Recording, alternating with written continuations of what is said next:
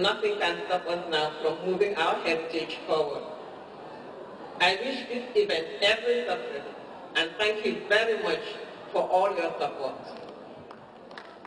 Finally, I offer my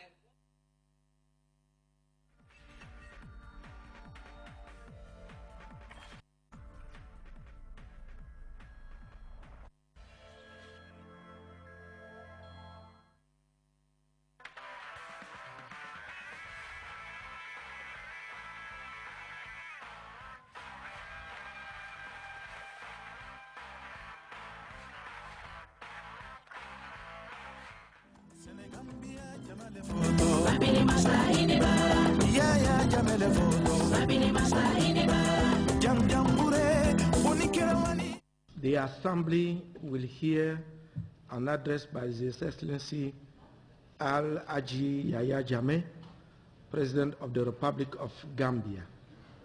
I request protocol to escort His Excellency.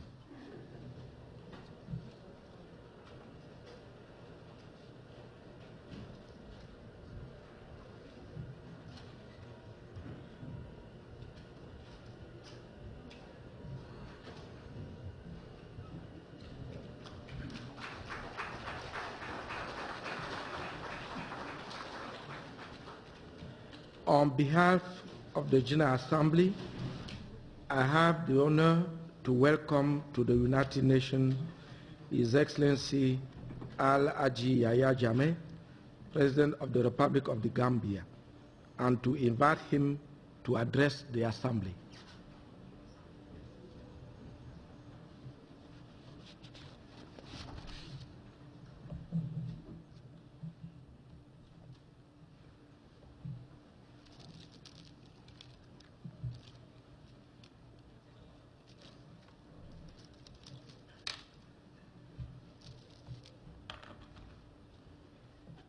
أعوذ بالله من الشيطان الرجيم بسم الله الرحمن الرحيم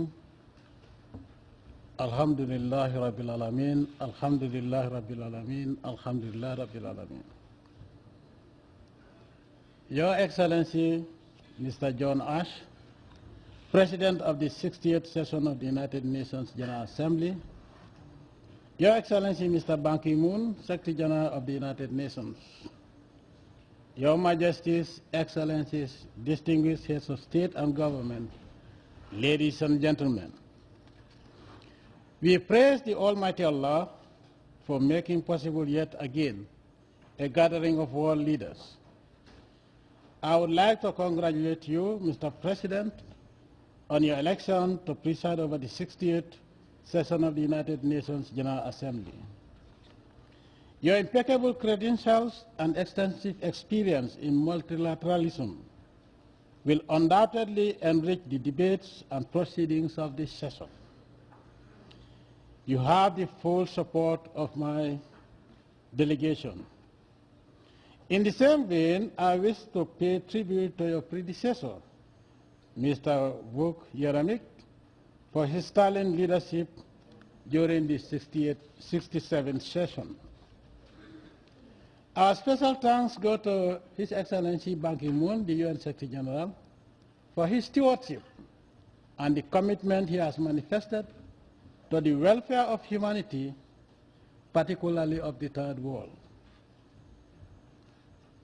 Mr. President, I also take this opportunity to convey our heartfelt condolences to the President, the government, and people of Kenya who have suffered from one of the most heinous crimes against humanity. Our hearts go to the victims' families. This is a clear manifestation that terrorism in all its forms cannot be accepted. And this has also got nothing to do with our noble religion, Islam. Mr. President, as we gather for the 60th summit of our organization, we must pause and take stock of our collective record in responding to the many different global challenges that mankind has to grapple with. Our global body, the United Nations, has indeed adopted countless resolutions which, if implemented to the letter, would have made the world a much better place for the whole of mankind and indeed for all other creatures of our planet. Unfortunately, some member states continue to disregard resolutions necessary for the maintenance of world peace and even question or disregard resolutions passed by this august body with impunity. The United Nations continue to be incapacitated as a result. This certainly calls for an assessment of its strengths and weaknesses with a view to rendering it more effective. Civil strife and terrorism caused by the negative behavior of some world powers are undermining human security and even the viability of states. Poverty, hunger, and diseases still decimate countless communities, while our capacity to respond to this man-made humanitarian crisis remains discriminatory and inadequate. Mr. President, this is demonstrated yet again in the case of Syria. We believe the creation of this organization in the first place is to find those lasting solutions for peace and the protection of human life. Informed and honest decisions should be made instead of those driven by the interests of a few self-appointed gods, thereby causing irreparable damage to the social fabric and economies of these countries in conflict. My government supports the view that the regional organizations in the Middle East should take the lead in such negotiations for a resolution of the crisis in Syria. The tragedy unfolding in Syria has become a scar on our conscience as a civilized people, and this war must be stopped by all means necessary. Mr. President, all that we hear is the talk about chemical weapons and the need to ensure that they are not used by anyone. This does not make any sense as long as the barbaric war has not been put to an end immediately. Whether chemical weapons are used or not, thousands of people will continue to die in the most horrific manner. It is the same horrific and senseless death, and our duty is not to choose what form of death is acceptable and what is not. Our duty is to stop the senseless and barbaric killings in Syria. We as the UN must end this war immediately, otherwise the people of Syria would continue to perish at the hands of these satanic and sadistic forces. The UN Security Council and all the powers behind the war in Syria must not only prevent the use of chemical weapons, but must also bring this brutal war to an immediate end without preconditions.